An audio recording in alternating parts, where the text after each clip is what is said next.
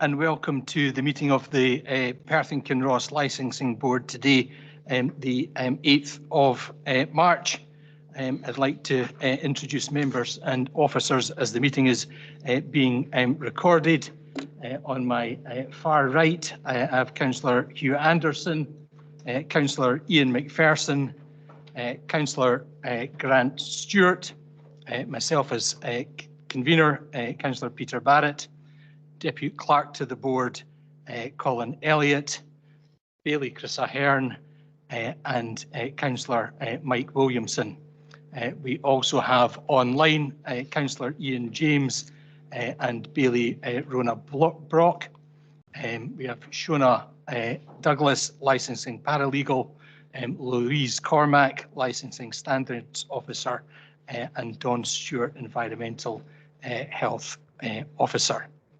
Can I remind everybody to switch off their mobile phones to avoid any disturbance to the proceedings? And the only apologies that I've got intimated so far are from Councillor Parrott. Are there any other apologies? No. Okay. Item 2 on our agenda is declarations of interest. I wish to declare a non-financial interest in item 7, Roman numeral 2, and I'll remove myself from the proceedings at that point. Are there any other declarations of interest? Councillor Williamson. Thank you, Convener. I have a declaration of interest for item 5.2 for the Lodge. Thank you. And Bailey Ahern. Thank you. I also have a non-financial interest in item 5.2.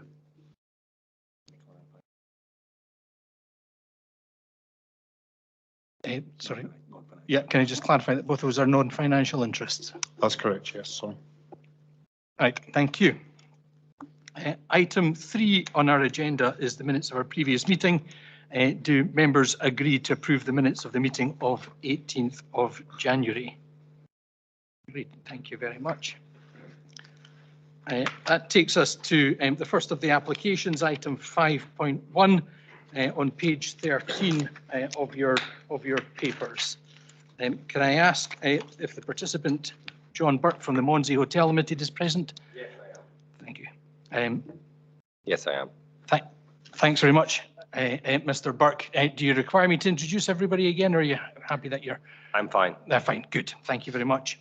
This is a premises license application for Dunallen. Is that how you pronounce it? Dunallen. Dunallen, thank you very much. Alma Avenue, Aberfeldy. And can I ask the Deputy Clerk to introduce the application?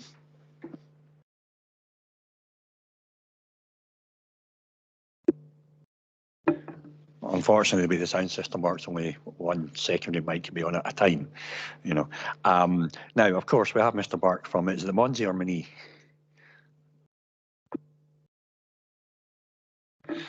From Monee Hotel Limited. This application is for a full premises license application. For a full premises license. Section 50 certificates in place for planning, building standards and food hygiene. Planning have commented that the applicant would require change of use for the lodge for exclusive use and events. As planning have not objected to this application, this is a matter for the applicant to resolve directly with planning. The applicant seeks to license the main house, Dunallen, and outside area attached to Dunallen. The lodge is not to be licensed directly for the sale and consumption of alcohol. When the lodge is let in conjunction with Dunallen, the residents of the lodge are considered to be residents of Dunallen. This means that there is no sale and consumption of alcohol licensed within the lodge, but residents of the lodge may go up and purchase and consume alcohol in Dunallen. And I understand also there's to be no general public entry into Dunallen. Police Scotland have not objected. The police have not advised of any cases, complaints or representations within 1 year concerning antisocial behaviour on the premises or within a 50-metre radius of the premises. Now, members have a copy of the proposed location plan, ground floor layout plan and first floor layout plan before them for your information. The premises have operated on occasional licences held by an outside caterer. And lastly, Convener, no objections been received. I have nothing more to add. Thanks for that, Mr. Elliott. Can I ask Mr. Burke to speak to the application? What would you like me to say? It's just whether you want to introduce your application or say anything by way of it to. Yes, okay, I'm happy to do so. Get you a little bit of background. This was a derelict project or building and listed around 5 years ago, and my wife and I purchased it probably actually around 5.5 years ago now, and we opened it as an exclusive use venue and 4.5 years ago. It's evolved since then, the model, and that's where we're at the moment to apply for the license. And we're very proud of our green tourism.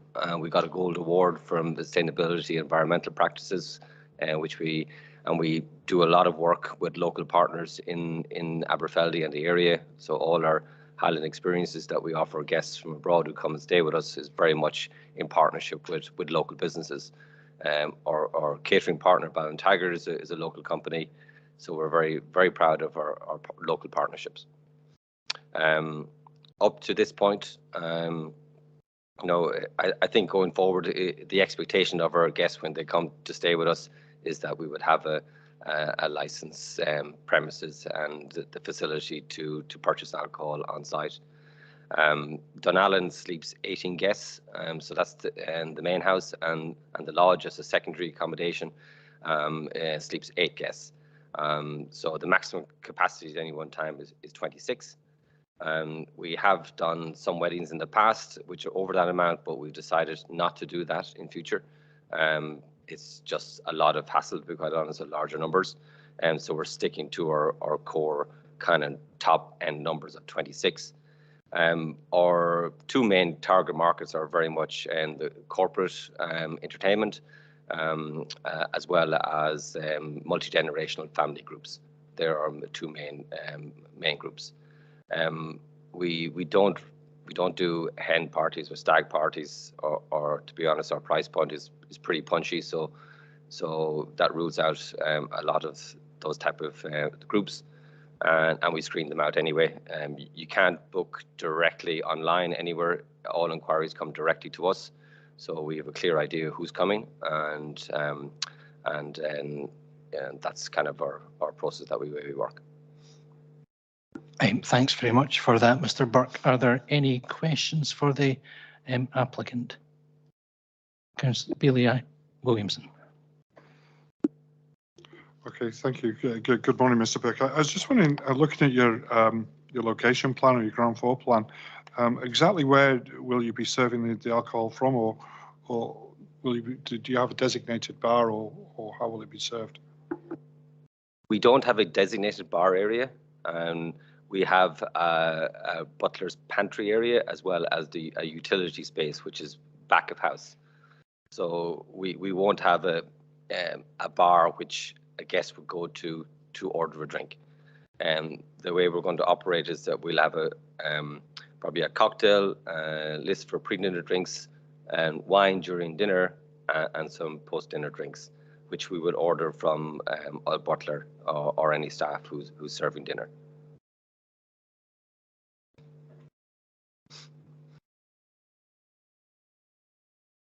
Are there any other questions? No, not online. Okay. Is there anything that you'd like to say by way of summing up, Mr. Burke?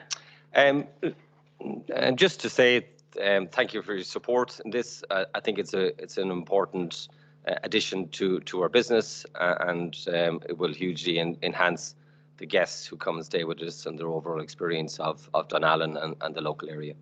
Thank you. Thanks very much for that, Mr. Burke. I think we're now ready to come to a decision. Do we agree to grant the application subject to mandatory conditions with no local conditions being added? Agreed. And online? Yeah, agreed, Convener. Okay, thank you very much. Is there anything that you want to add?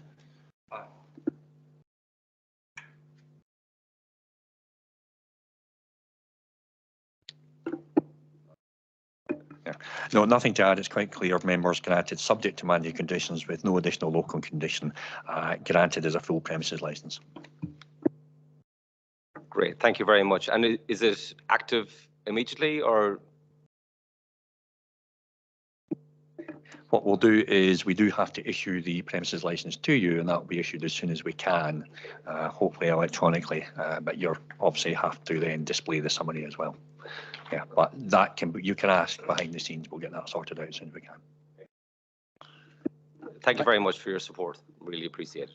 Thanks for your attendance, Mr. Burke. Thank you.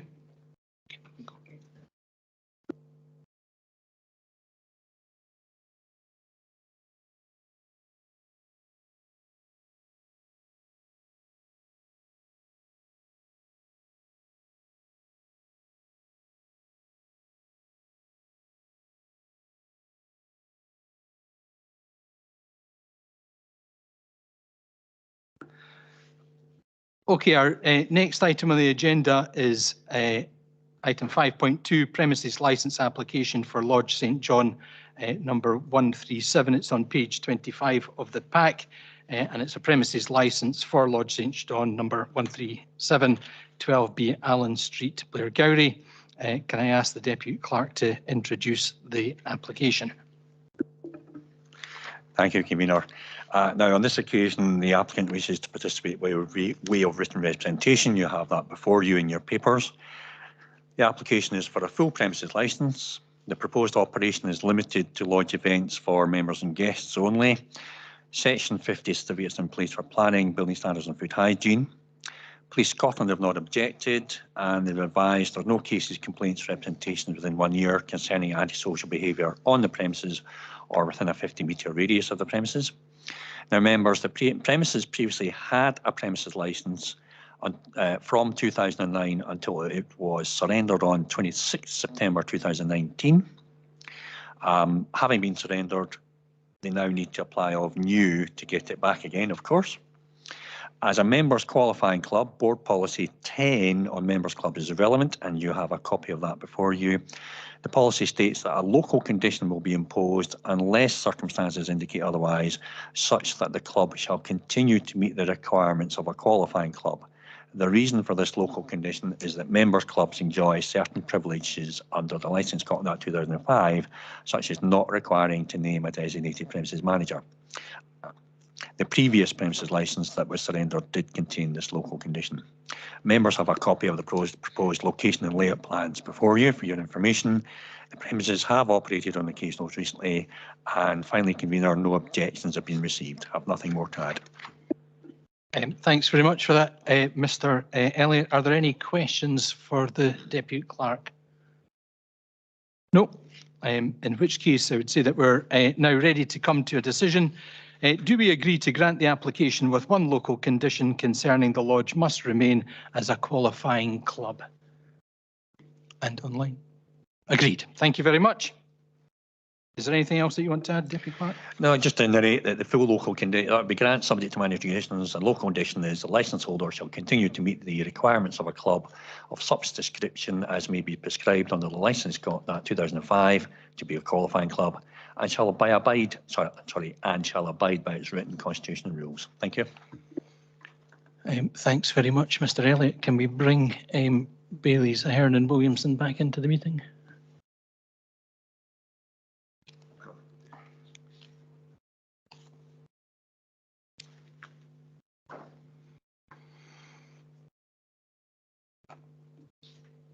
Sean, are you ready to bring in the next? Yeah, we'll just wait for.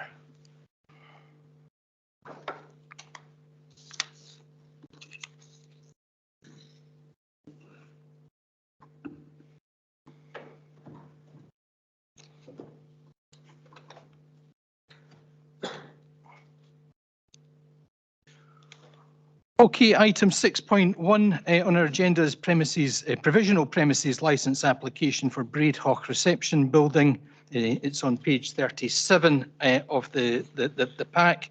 And can I ask if the applicant's agent, Audrey Ferry, and the proposed designated premises manager, Chris Thine, are brought into the meeting by video.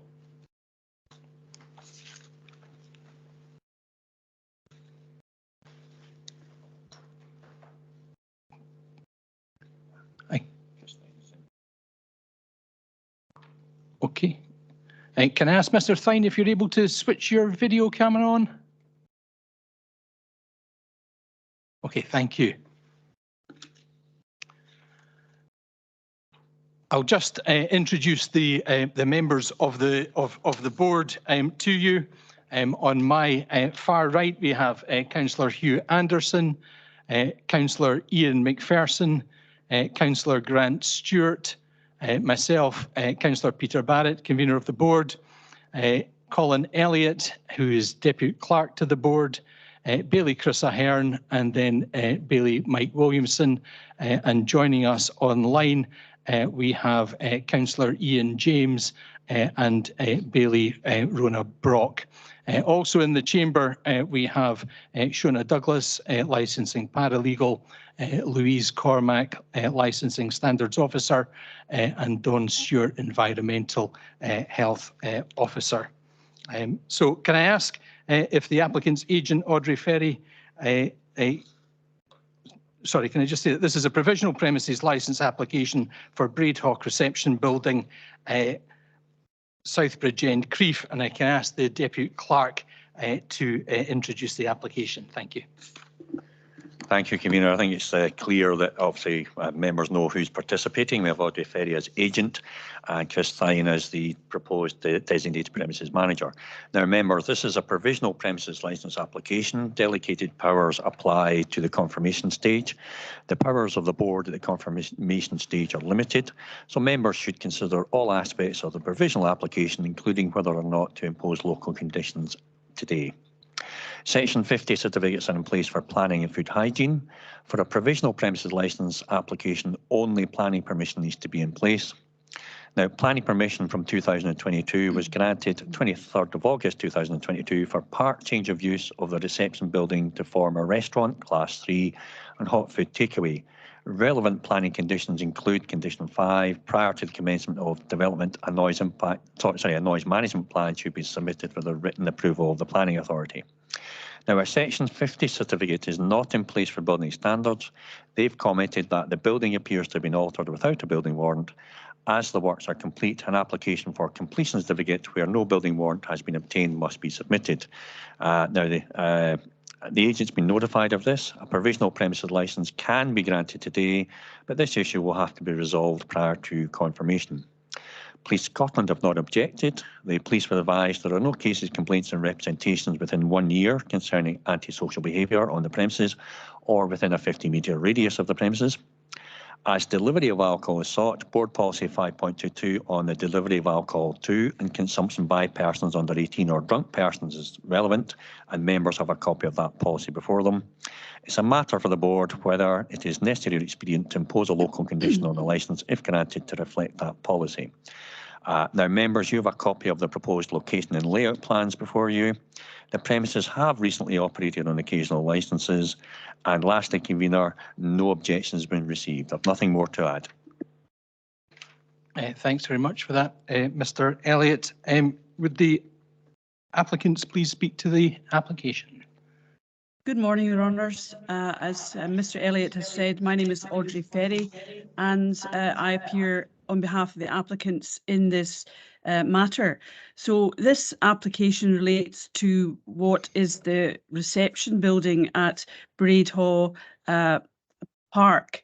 And the purpose of the application is very much to provide a facility for those guests staying in the lodges at Braidhaw.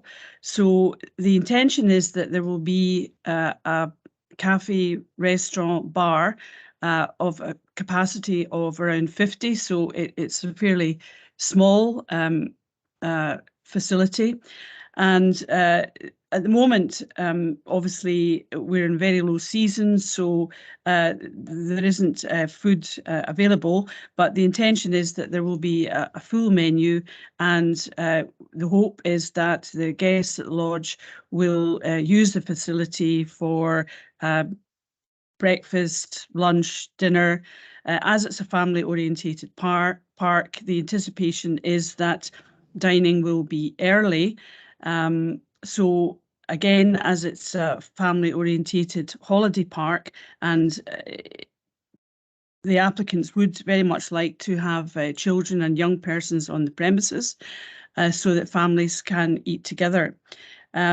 full disabled facilities are available, and they're set out in the disabled access and facilities statement. The applicants have also produced a very detailed explanation of the measures that they intend to take to promote the licensing objectives. The premises have been operating successfully under occasional licenses. There are no objections. It seems to me that this would be an excellent facility for the park and enhance what's already there. With the beautiful scenery and the lodges, during and after COVID, these types of holidays became very, very popular indeed, and it's hoped that more tourists will be brought to the area with these additional excellent facilities. Now, Mr. Tyne has considerable experience in the licensed trade. He worked with the restaurant group, Frankie and Benny's, for quite a number of years. And really that's how I got to know him. So we've worked together for longer than either of us would probably care to mention. I think that Mr. Elliott mentioned the building warrant. A building warrant has actually been applied for. The discussions are ongoing, and the architect is working with building control, as I understand it, to resolve any issues which there might have been. The architect is Mr. Paul O'Shea, who works in the local area, so he has quite a close working relationship, I understand, with local officials. And we're very well aware that obviously the provisional premises licence, if Your Honours decide to grant it today, could not be confirmed until the completion certificate is available. So we are very much working towards that. And although occasional licenses have been granted, the kitchen facilities aren't being used at the moment. So it's very much a case during the low season of drinks and light refreshments being available. So in terms of the off sales, I think I should probably mention that. The idea behind it is that, again, this will be another facility for the guests using the park. So there are two circumstances in which we see the off sales being used. Firstly, if somebody, a family, are coming to the park for a holiday, maybe for a special birthday or an anniversary, they may want to have a bottle of champagne, for example, or Prosecco available in their lodge when they arrive. So the operators would take note of that order and deliver the champagne to the lodge for the arrival of the guests. Another example of where we see the off sales being used is if guests are having wine with their meal and they don't finish the bottle of wine, then they can take that bottle of wine back to the lodge. Any alcohol will be stored behind the bar. It won't be accessible to the general public. The price point is certainly not a supermarket price point. It'd be very much a restaurant price point. So there's no intention in any way to advertise this facility to the general public, nor to compete with any of the supermarkets or convenience stores which might be nearby. The premises is set back from the road, so it's not a facility that the operators in any way see as being for the general public. So the type of food on offer, I think the menu will very much be local produce. I think that's fair to say, and will be developed to cater for families, and that will very much be an evolution as the operators see how that goes. So I'll be very happy to answer any questions that your honours may have. Given the nature of the facility, it doesn't seem to me that there's an over-provision issue here. There are no objections, and the occasional licenses have operated very successfully and without objections. So, subject to answering any questions which you may have, I would move grant. Thanks very much for that, Ms. Ferry. Is there anything that you want to add to that, Mr. Tyne? Well, really only just to add weight to Audrey's comment about the local produce, and we see this as a sort of expose of all things Scottish, really, in a hospitality sense. So, Scottish whiskey, Scottish food, you know, the background music would be modern traditional Scottish music.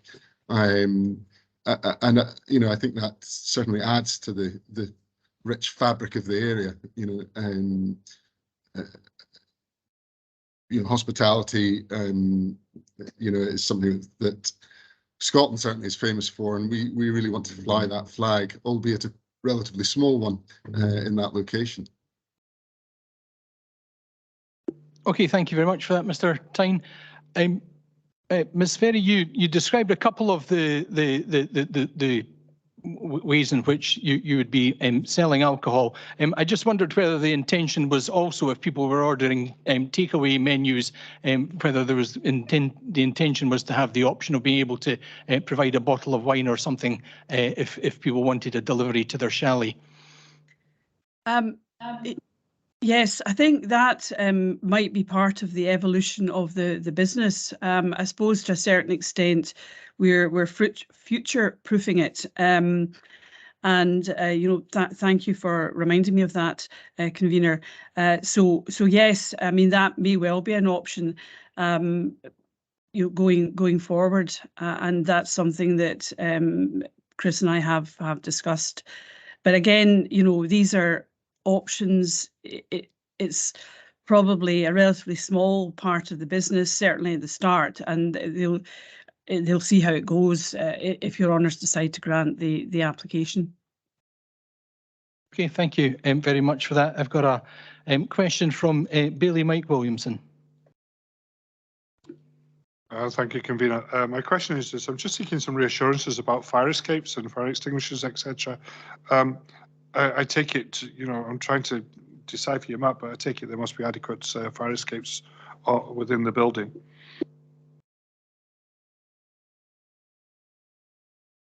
The short answer to that question is yes, from my point of view, but I see that Chris might have something to add to that.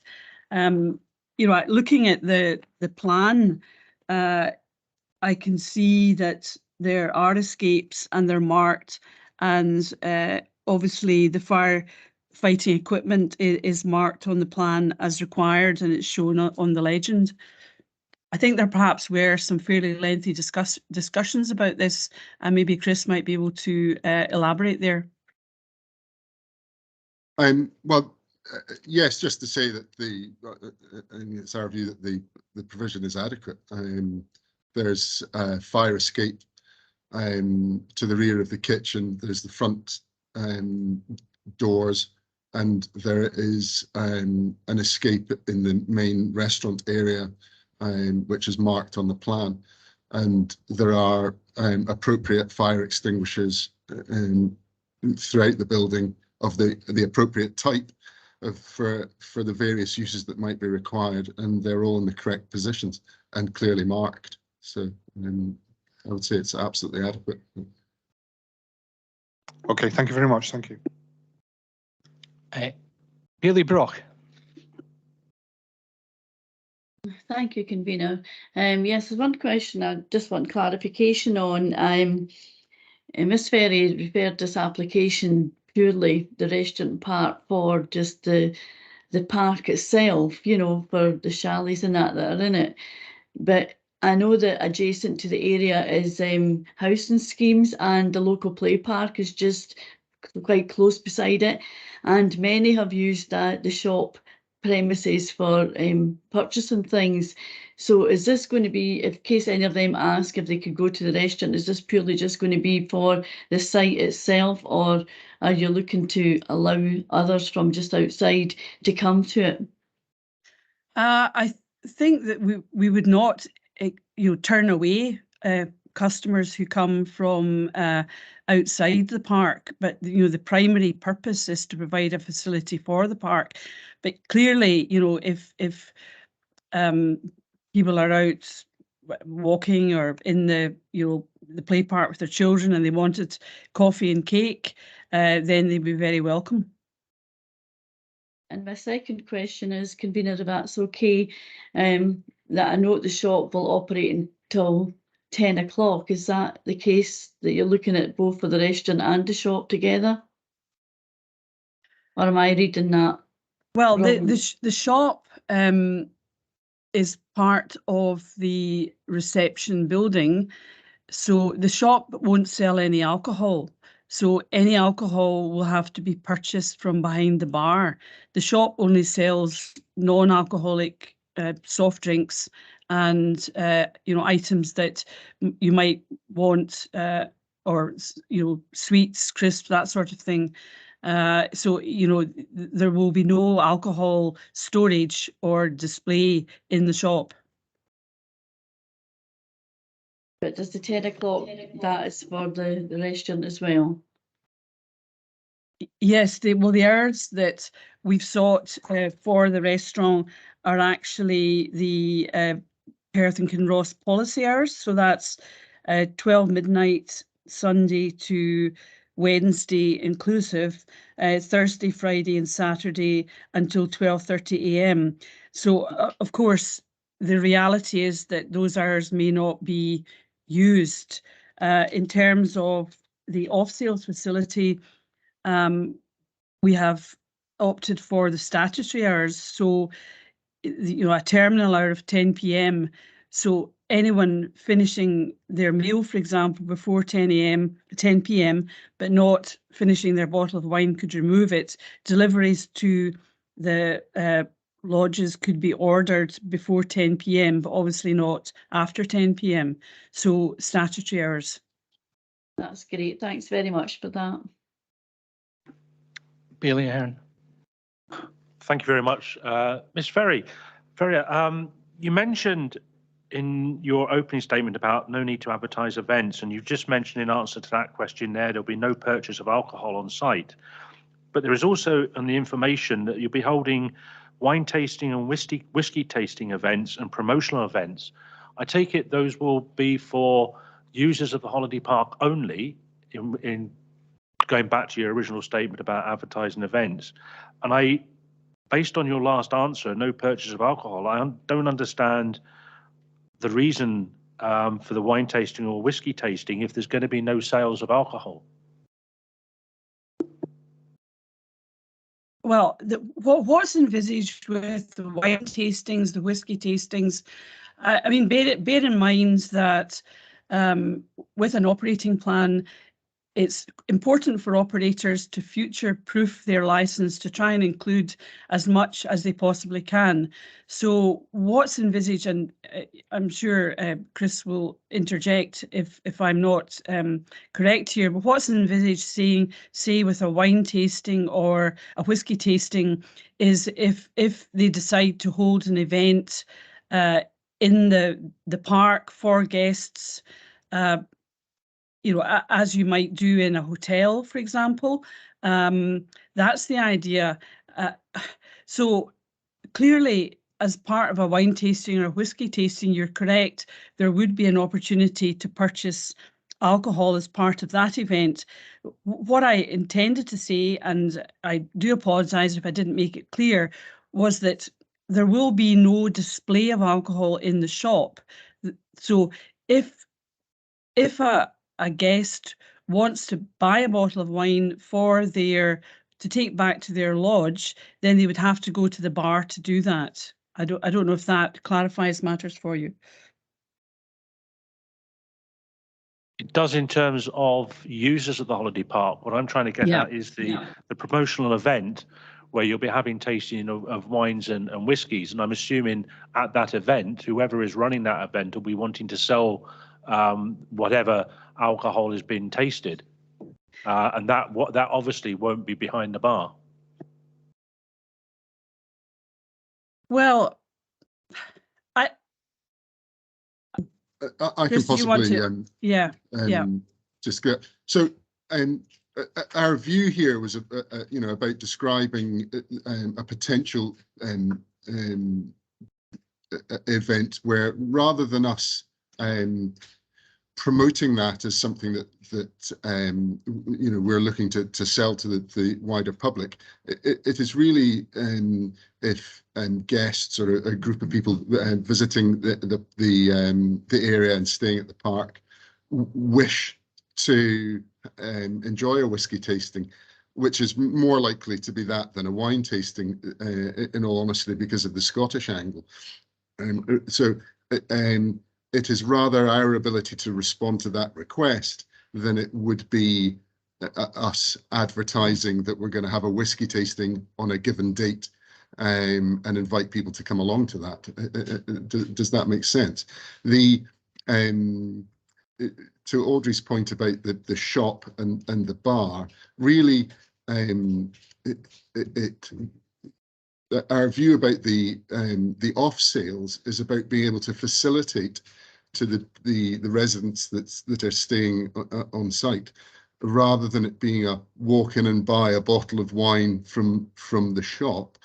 It's much more likely that perhaps this would be wine that was purchased with a meal that hadn't been completely consumed, and that the guests would be able to then take that remaining wine back to their lodge to enjoy later in the evening.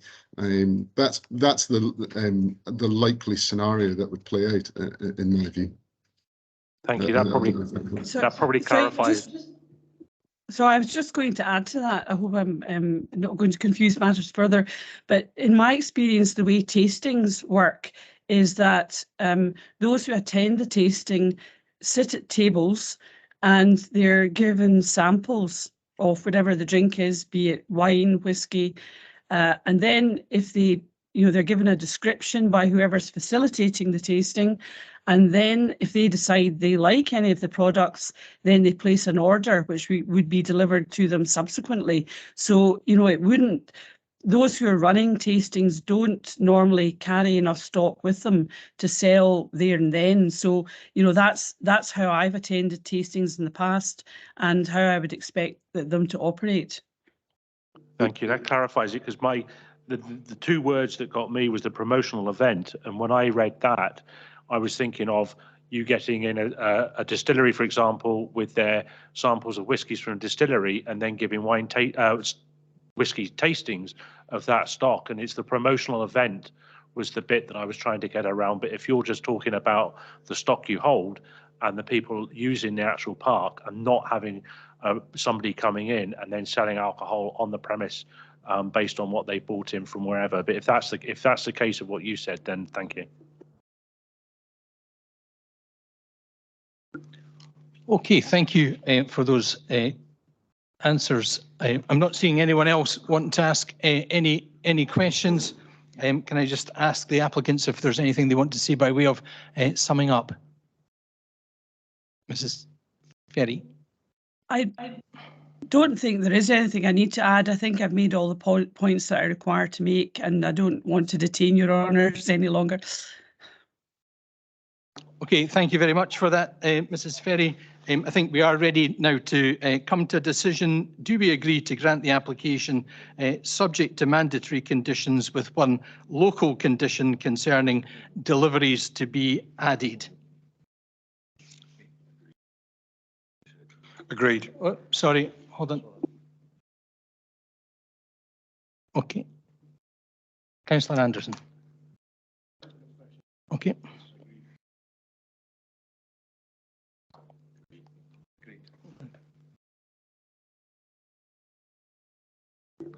I'm sorry, I agree. Right. Okay. Councillor James and Bailey Brock. Agreed. Okay, thank you very Totally much. agree, convener. Thanks. Thanks, Ian. Is there anything you wish to add, Deputy Clerk? Thank you. Sorry, I was slightly distracted there, but am I correct in saying you've granted subject to managed conditions on a local condition, which is your delivery condition, to have a written policy in place for the taking of orders and subsequent delivery of alcohol out with the premises? That's correct. Yes, thank you.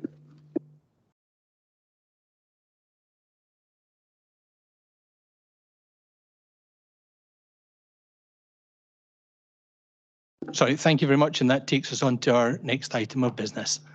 Thank you very much indeed. Thank you.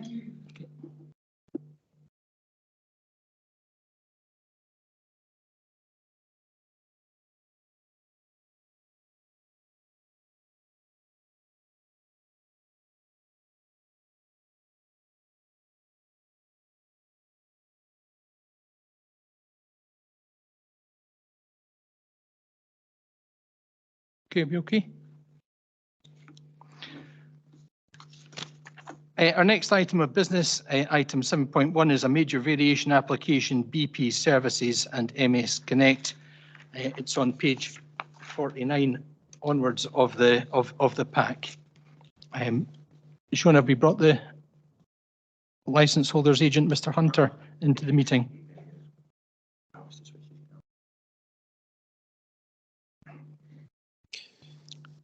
Good morning, Mr. Hunter. We can see you now. Good and hear morning. you. Good morning. Right. Okay. Mr. Hunter, I'll introduce the members of the board. Starting on my right-hand side, we have Councillor Hugh Anderson, Councillor Ian McPherson, Councillor Grant Stewart, myself, Councillor Peter Barrett, convener, Mr. Colin Elliott, who's Deputy Clerk, Bailey Chris Ahern, and Bailey Mike Williamson. Joining us online, we have Councillor Ian James and Bailey Brock, and present in the chamber we have Shona Douglas, licensing paralegal, Louise Cormack, licensing standards officer, and Don Stewart, environmental health officer. This is a major variation application for BP Perth Services MS Connect at the Triangle in Inverarmond in Perth.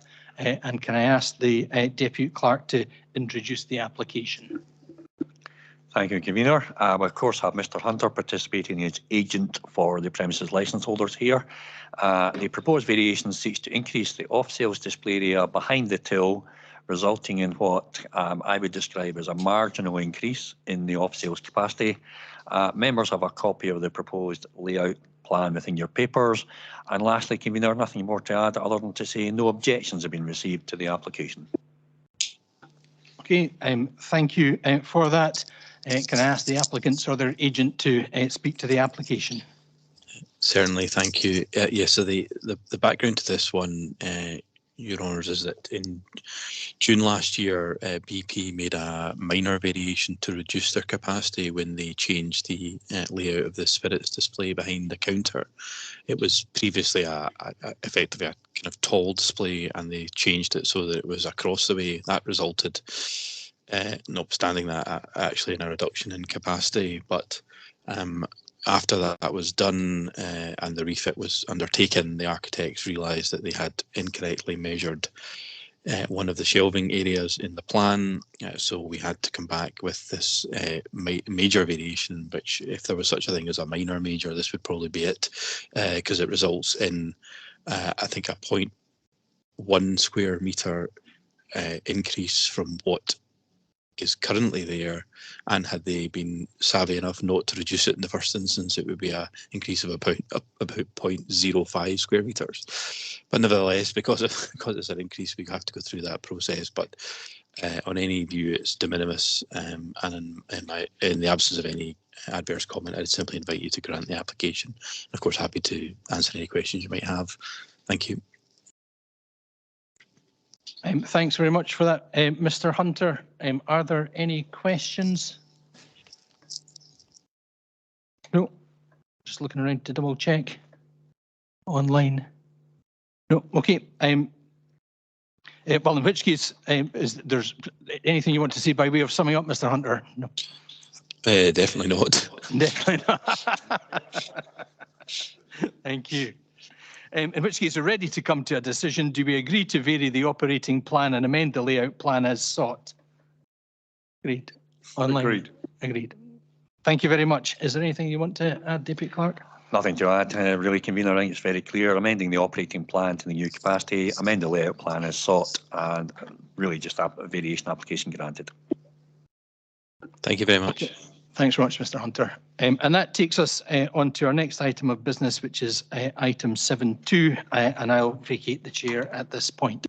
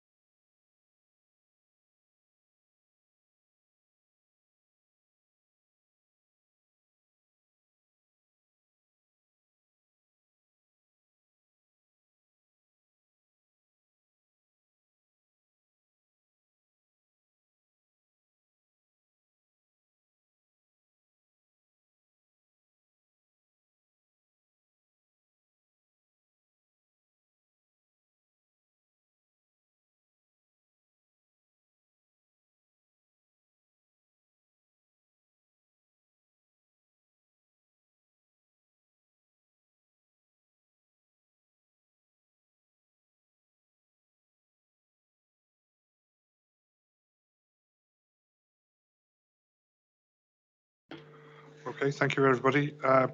We now move on to 7.2, major variation application for Taste Talk Limited, which is starting on page 53 onwards of your papers. Could I ask, please, if the premises license holders, Angus McDougall and Gillian Marsh, are brought into the meeting by video?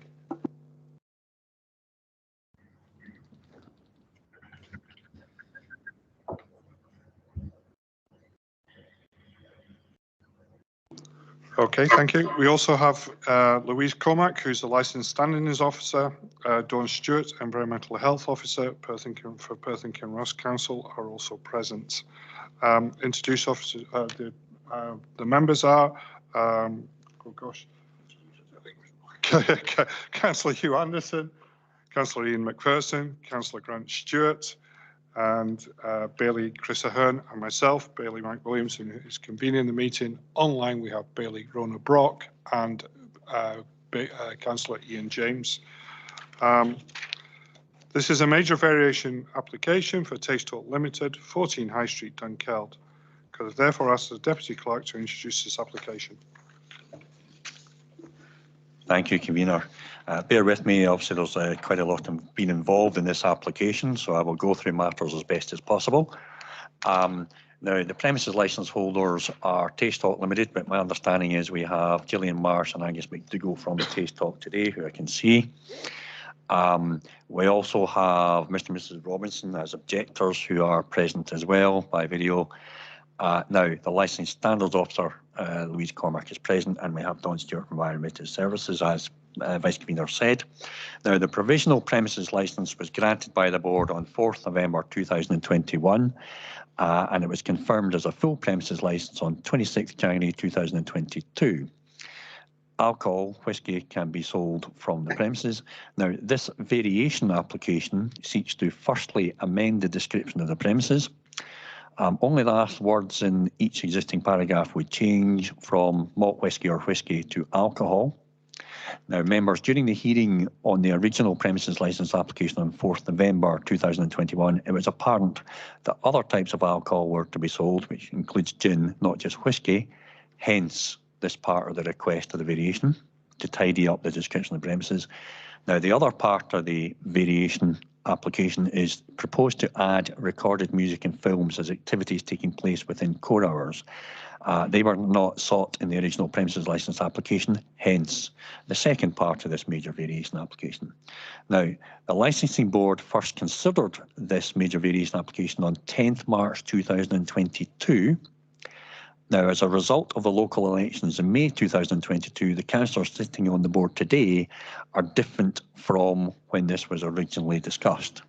It should not be assumed that any member of the board was present then. There are two, but the rest weren't.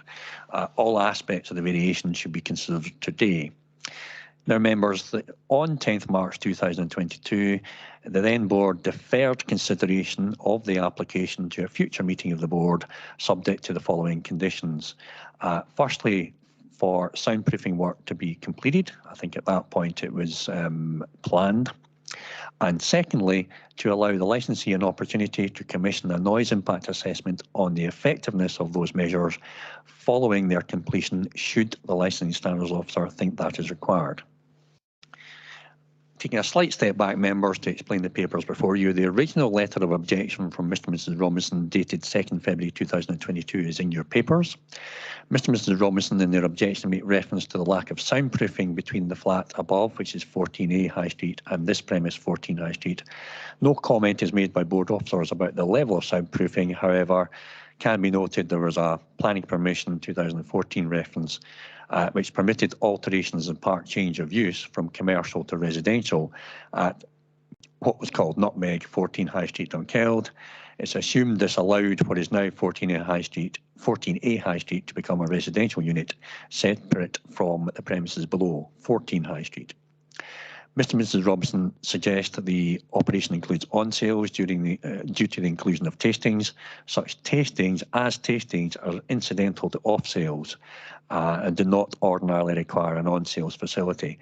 The premises licence for Taste Talk therefore only has, the current licence I should say, because this is a variation, it only has an off sales facility.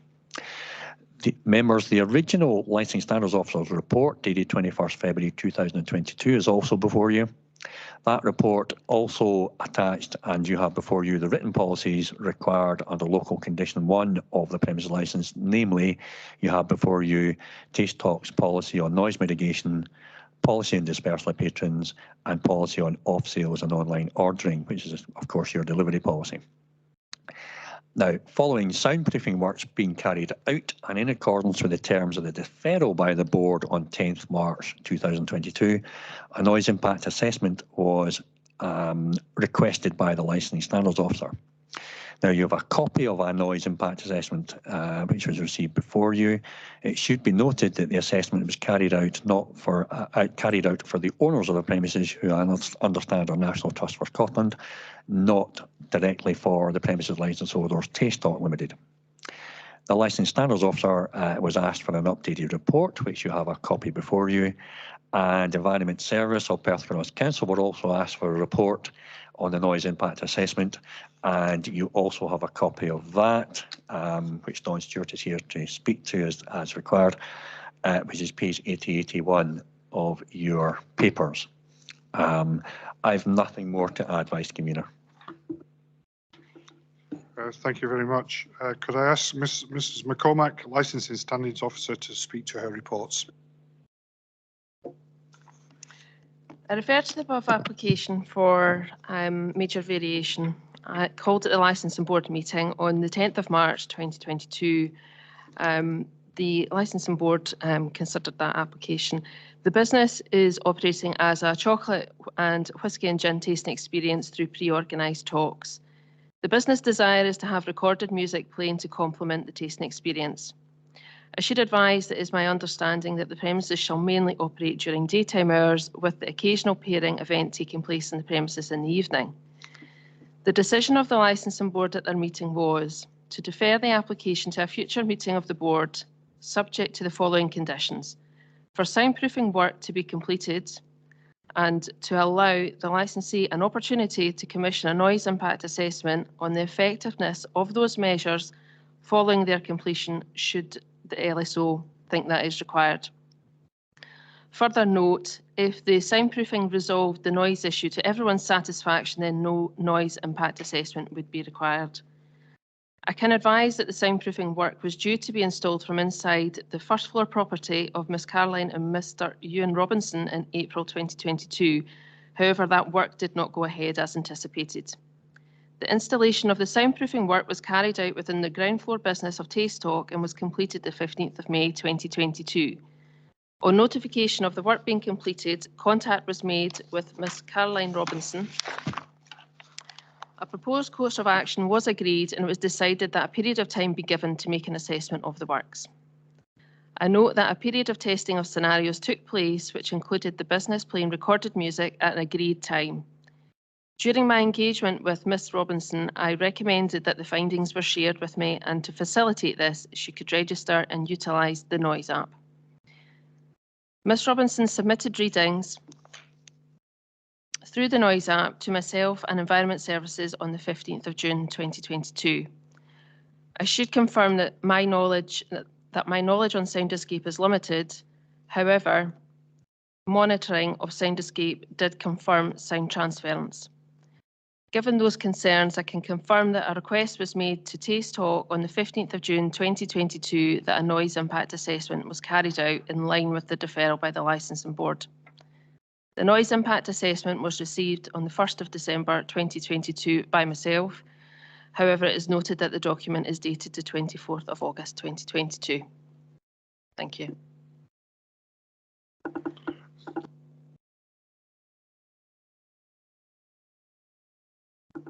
Are there any questions for Mrs. Cormack?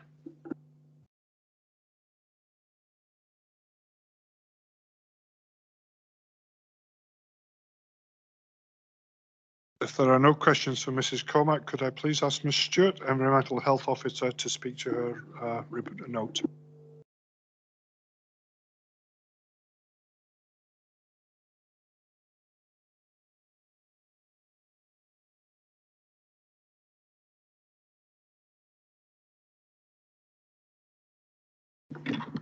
There we go. Apologies.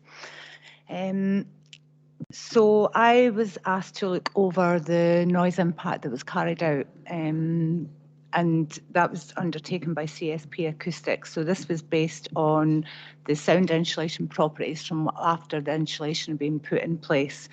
I think you've got a copy of that report. So basically, they do a reverberation time to determine the effectiveness of the insulation that's been put in. So you can look at the table there and the current standards. Now, this current standard is for buildings going in at this time now. So the standard for that is a sound reduction of 53 decibels. Now, I believe that the works were undertaken to subdivide these properties in 1981, prior to 1981, and this is when those standards would have been brought into place. So the current standards are it's 53 decibels, which is sound reduction. The report that's been carried out by CSP Acoustics in the bedroom and the hallway of the property says that it's 50 decibel reduction in the bedroom and 47 decibel reduction in the hallway. So they don't meet the current standards. They then went on to say that, you know, other forms of insulation will be put in place. However, the music could be played, but that would require a further assessment to be undertaken. Thank you. Are there any questions for Mrs. Stewart? Ms. Stewart? Councillor Stewart? Can I clarify CSP Acoustics? What kind of noise were they using? So when you do a assessment of this sort, you use a pink noise, which is just a constant tone. So they don't play music through. You could get that form of that type of assessment done, and that would be, that's what they're saying that they could do. So you could play the music down below and then see what it heard, what it sounded like in the flat above, and then you could set a limit on that. So that would be the easiest way to go about doing it. Depending, you know, if it's just background music, then that form of insulation may be enough. But I think that, you know, it's gone a bit back to front. You would probably want to do this assessment first. That could then determine what level of insulation would be needed, and then the insulation could go in. So it's been a bit back to front. Okay. Thank you. Are there any further questions for Ms. Stewart?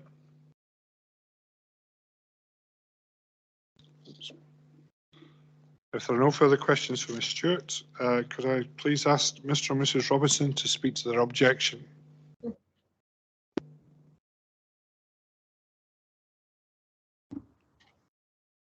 Hi there. So just a few points we'd like to make, just on background that's maybe not been covered by other people who've spoken. So as someone mentioned, the property at 14 and 14A was separated, as far as we understand, in 2014, and when that happened, it's basically separated downstairs just by a partition wall. And we also understand that at that time when that work took place, quite a lot of the insulation that was there had to be taken out because of asbestos, which is what the NTS have said to us. And prior to that time, whoever lived in the property here ran the shop. So the fact that they were all one building kind of made sense. And the shop had always been, keeping regular daytime hours and didn't involve the sale of alcohol. I think it was a hat shop and then it was a curio shop. The second thing, we've talked about the noise tests. So yeah, we did the council noise app tests, which showed that it failed the required levels, and then the CSP acoustics came and they kind of reinforced those findings. So just to be clear that those findings said that it had failed the test in terms of what the standards are. And just the final point of background about us, so we live above the shop. We've been here since August 2019. Our bedrooms and the bedrooms of our two young children are directly above Taste Talk premises, and our kids go to bed at 7 o'clock in the evening, so you can see why we're kind of concerned. In addition to that, we both work from home and run successful freelance businesses, and we have conference calls during the day, meetings and things in the flat, so we're all also concerned about that being affected by excess noise. So that's a wee bit of background on our situation. So our objection, I suppose, is still just on the grounds of public nuisance and concern about the level of noise. What I think we would be very keen to have happen is, if the proposal is going to be to use a sound bar rather than the fixed speakers to play music, that a proper noise assessment is done of that. So it's not just conjecture, so we know what level that's going to be, if that is actually going to pass. And also, at the moment, as I understand, the licence allows operation up till 10 o'clock, and we would be very concerned that any music, if it was to be allowed, should be within daytime hours, given the proximity to our kids' bedrooms and to our work. So those are our kind of key points that we would like to make. Have you got anything to add?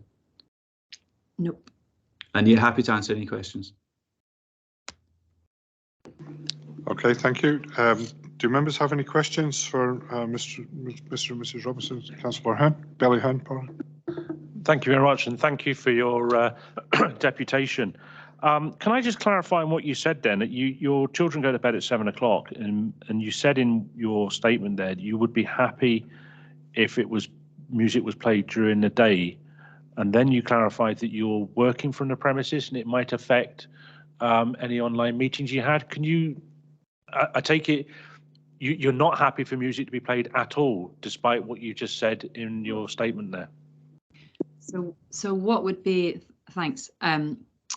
What, as Ewan set out, the noise assessment I think is really important here, because this is a change in how this music would be. As we understand, we haven't seen anything from the business, but something from Environment Service related to a change in the way that the music was shared, so that the speaker would be a bar speaker rather than at current. The test was with those speakers that are higher up. So we did the noise app test for the council, which was what our first experience of that music being played, which was really kind of booming throughout the house and would at that level prevent us from having things like meetings, conference calls, because of the way that music was reverberating around the house. So that's the first bit, is this noise test and trying to understand what impact that noise would have on us in terms of, the operation of the business, but also of us going about our lives and our children sleeping. So that's kind of, I guess, a first stage, isn't it? And then a second stage is, well, if that is then assessed depending on the level of that, then that could be a level that could be tolerated in the day, but not tolerated when you're trying to sleep, if you understand the difference between the different levels of noise. Yeah, and I think that's basically what we were talking about, that if that was then a kind of more tolerable level, that you could move yourself away from the noise in the day because you could work in a different part of the house, then that could work. But we don't have a facility to move ourselves away from the noise in terms of sleeping, and certainly not for our children, because they sleep directly above it.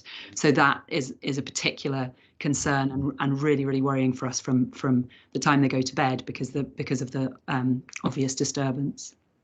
I hope that makes sense. Yeah, it does. Thank you. Thank you. Are there any further questions for Mr. and Mrs. Robertson? If there are no, Councillor James, sorry, I didn't see that. Thanks, Vice Convener. Mr. and Mrs. Robinson, thanks for your deputation. Much appreciated. I noticed it in our paperwork, and I think one of our officers spoke about it just now regarding insulation. It says that insulation was placed downstairs in the business, or the ceiling of the business. It also then says, and I'm desperately looking for it now, I did highlight it, but it said about insulation to the floor of your property as well. Has that been carried out since the last time? No, so since the last meeting, the installation has been installed in the roof of Tastock. So previously we were looking at putting it upstairs here, but this was quite a long time ago, and during COVID, and our daughter got COVID when we were supposed to do it, and for that work to be undertaken, we were going to have to move out for a week or 2 weeks or something in order for that work to happen, which was tricky to find a kind of window of time for that. And I think after speaking to NTS after that, it was decided it would be more straightforward to do the work in the shop in Tastock downstairs. So no, it hasn't happened here. And yeah, that's basically the background. Thanks very much. Thanks. Thank you. Are there any further questions from Mr. and Mrs. Robertson?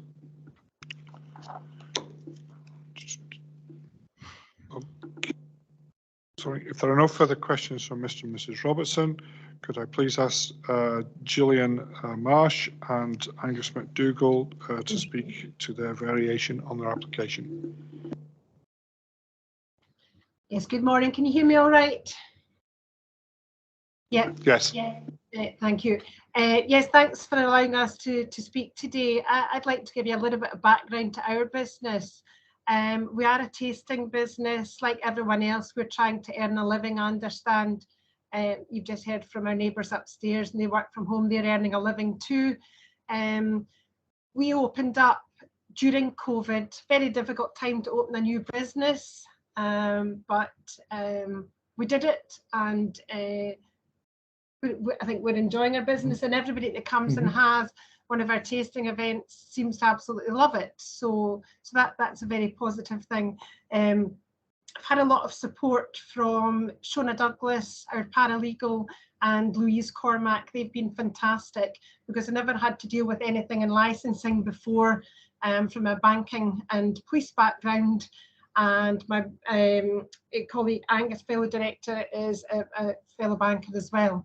So this is a whole new experience for us with the licensing. So we want to make sure that we do everything correctly.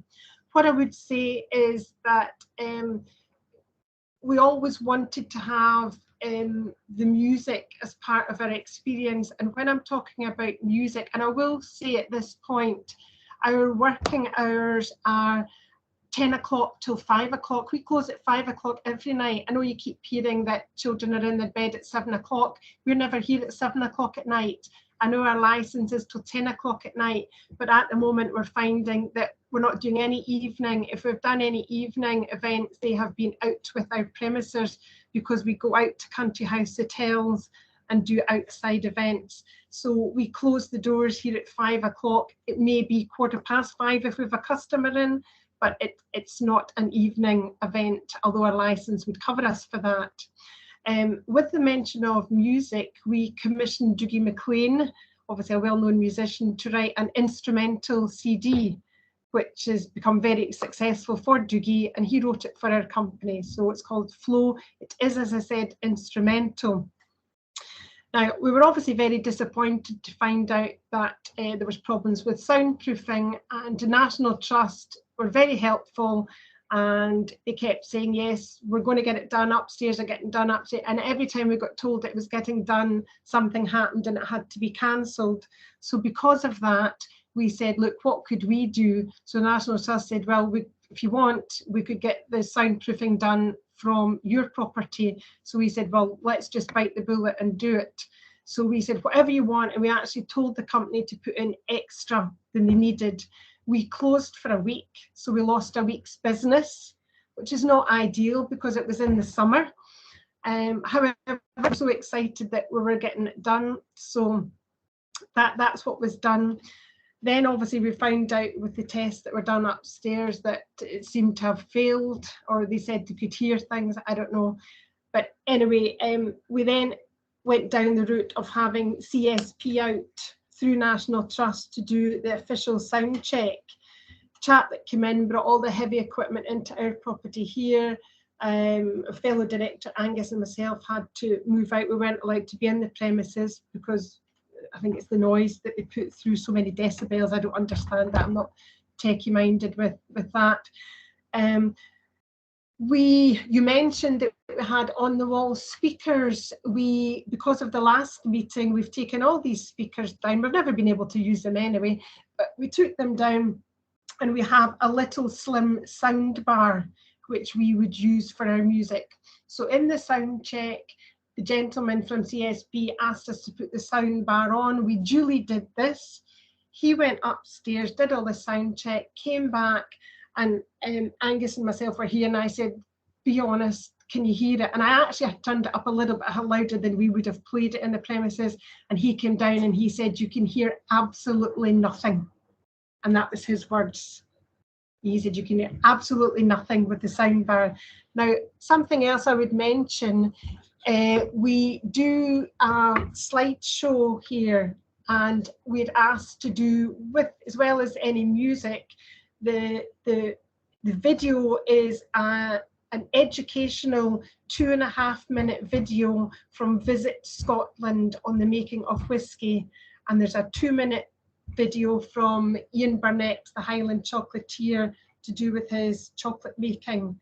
That is the videos. That would not be playing constant throughout the day. That's just if we were doing a fling for customers. And here, yeah, the whole video start to finish is over in 15 minutes, and that isn't music. That is, there's 2 verses of Caledonia from Dougie MacLean at the start, and then there's a 2.5-minute talking video from Visit Scotland on the educational making, and it's background whisky making. And then we have a 2-minute video from Ian. It might actually be under 2 minutes, from Ian Burnett, Highland chocolatier. So that maybe explains a little bit more about what we do here. We don't want to have anybody having noise problems, and we've bent over backwards, and everything that we have been asked to do, we have done it and more. I don't think there's anything else I need to say. Thank you. That's all the music for playing, though. Yeah. Thank you. Okay, thank you very much. There's a question already from Bailey Ahern. Thank you very much, and thank you, Miss McDonald, for that. I just want to, sorry, Miss Marsh, sorry. I'm using somebody else's computer there to get the names. I can't see the screen.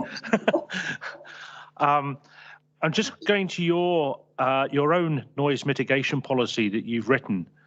Paragraph 3 says that due to the nature of the business, the volume of music played should not be heard beyond the walls of the premises. And obviously the Robertsons have said that this is the case.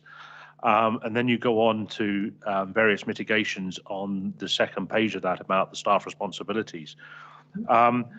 I'm just wondering, obviously there is a noise issue and your policy says that it shouldn't be heard beyond the premises. And you did say that one of you went upstairs to listen to it. I don't know whether you've ever worked with the Robertsons in... No, can I stop you there? I didn't say we went upstairs to listen to it. I don't know where you heard that. I didn't say that. The sound engineer. I said the sound engineer went up. All right. Yeah, okay, I beg your pardon. Have you ever worked with the Robertsons to play the music and turn it down to a level where they can't hear it? Or is this policy of yours just for paper only? Because obviously it is affecting your neighbours, and you've said there that your policy is not to have music heard. Sorry, I'm a bit perplexed with where you're coming from there. We didn't write that policy just for a paper issue. From a bank manager, previous bank manager and ex-police dispatcher, I take offence at that. We wrote that it's a heartfelt policy. I wouldn't want to upset anyone, neither would my fellow director Angus.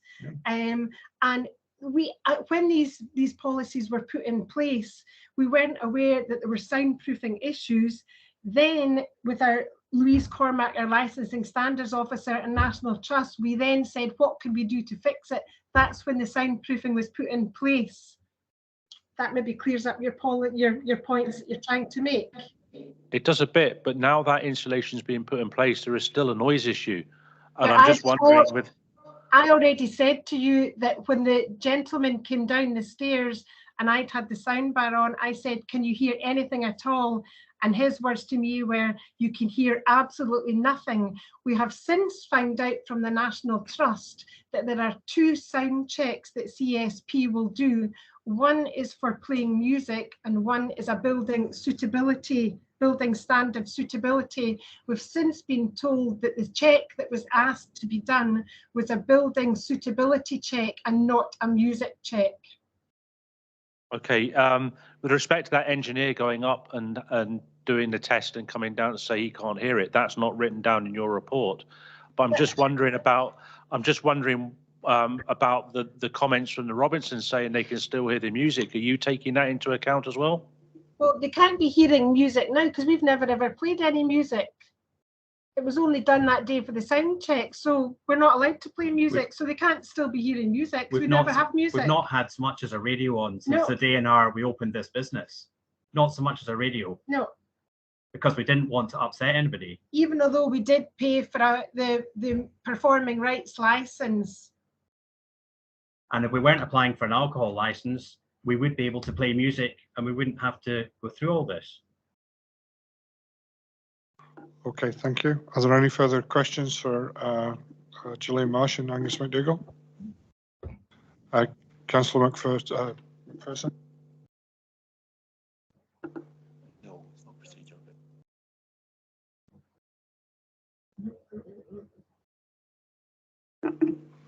Oh, thank you. Thank you, Ms. Marsh. You said in your statement that in your deposition that your working hours for your business is 10 till 5, although the license permits you to stay open till 10 o'clock. Would you anticipate at any point in the future that you would stay open longer than 5:15? Thank you. Well, we may stay open till 6 o'clock at night, but we don't particularly want to do evening events here. That's not our style. That's not what we ever said we wanted to do. The license just covers us. We're not looking to do evening events here. We're not saying we'll never do them, but and that policy with patrons leaving and dispersing, if we did happen to have somebody in the evening, I'd be making sure that now listen. There's people round about. This is, there are residents here, just be aware. But to be honest, we're not in the stag party business, so I don't think we have a rowdy element of clientele. Thank you.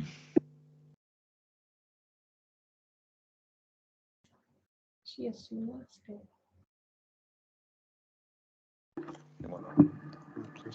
Thank you. Are there any further questions for Councillor James?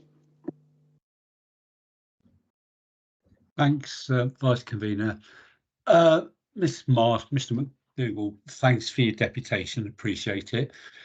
And it is a touchy subject, you know, when you have business and residential mix, you know, trying to keep everybody happy. We're looking from a legal stance whereby I know you're saying, well, you know, we don't want to do of an evening past 5. The fact of the matter is we're being asked to grant a license for later than that. And I notice in the sound report, it actually comes back as a fail, and you say, okay, the engineer went upstairs and said he couldn't hear anything. However, that's we have nothing before us in writing to that effect. So my question, I suppose, trying to cut it short, is would you be prepared to carry out a music sound test in order to back up what we're trying to achieve as a licensing board? Mm-hmm. Absolutely. Thank you. Okay, thank you. Are there any further questions, Gillian Marsh and Angus McDougall? I don't see anything here or online. Rona, is she there? I'm here. No, I don't have anything further to ask. Okay. Okay, thank you, Rona. Okay, would Mrs. Cormack like to sum up, please?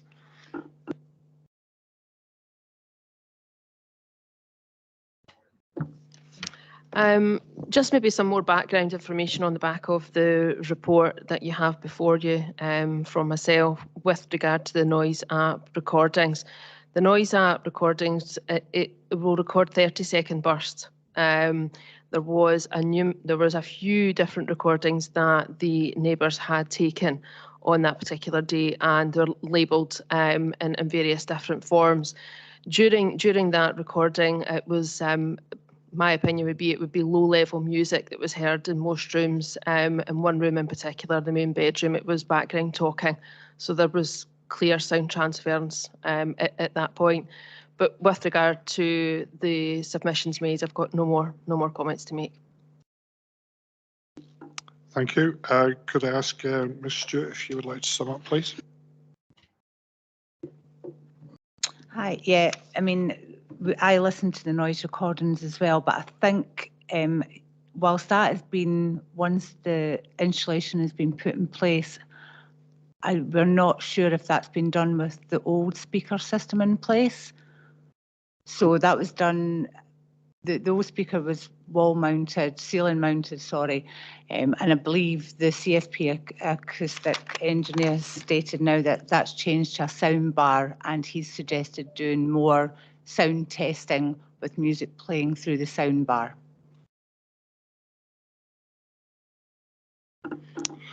Thank you very much. Could I therefore ask Mr. and Mrs. Robertson if they would like to sum up, please?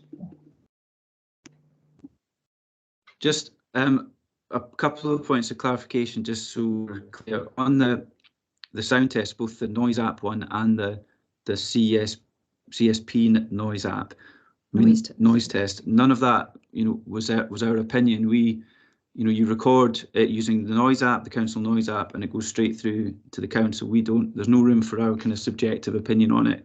And on the CSP test, I had to go downstairs and be in a different room and be totally silent. So none of this is like, you know, our opinion or us sort of making a fuss. And just to sort of clarify, we're not complaining about noise that is currently happening. As it's been made clear, there isn't music currently playing. What we are worried about is what would be allowed to happen if the license was granted. So based on those noise tests. Yeah, so just the noise test for the council was the music played at the level it would be played with the tastings, and that was the noise that we were asked to record. So it's, yeah, if the license was granted and the license allowed operation up till 10 o'clock, I suppose it's just being concerned about what that would allow businesses operating out of that shop to do in the future, which I don't think is like an unreasonable concern to have. Yeah, thanks for the chance to give our view. Thank you. Would Gillian Marsh or Angus MacDonald like to sum up, please, on behalf of Taste Talk? Yes, thank you very much. We would just like to say that we've tried to be as understanding and as helpful as possible. What we're looking for is for someone to stand and do a presentation to guests here for 15 minutes, show a Visit Scotland video and show a video of Ian Burnett. And there is some music played in the background of that video. Now, there's only 8 people sitting here at the time, so it's not going to be that loud. And as we said, we were hoping to be finished by 5 o'clock every single day, because when you do pairings, they are best achieved before people sit down to dinner. We don't have the same effect after dinner, so it's better to do these things prior to dinner. So all of our tastings should be finished by tea time and the place vacated. Other than that, I think everything else has been covered. Okay, thank you. Members, could I suggest that we retire to consider this application? Do we agree? Thank you. Could all members and the Deputy Clerk leave the meeting for the breakout room? Participants, if you could remain where you are until we return. You will be muted, so you're not heard whilst we're away. A slide will be brought across the screen, but be aware you may still be seen and recorded on the thumbnails. Thank you.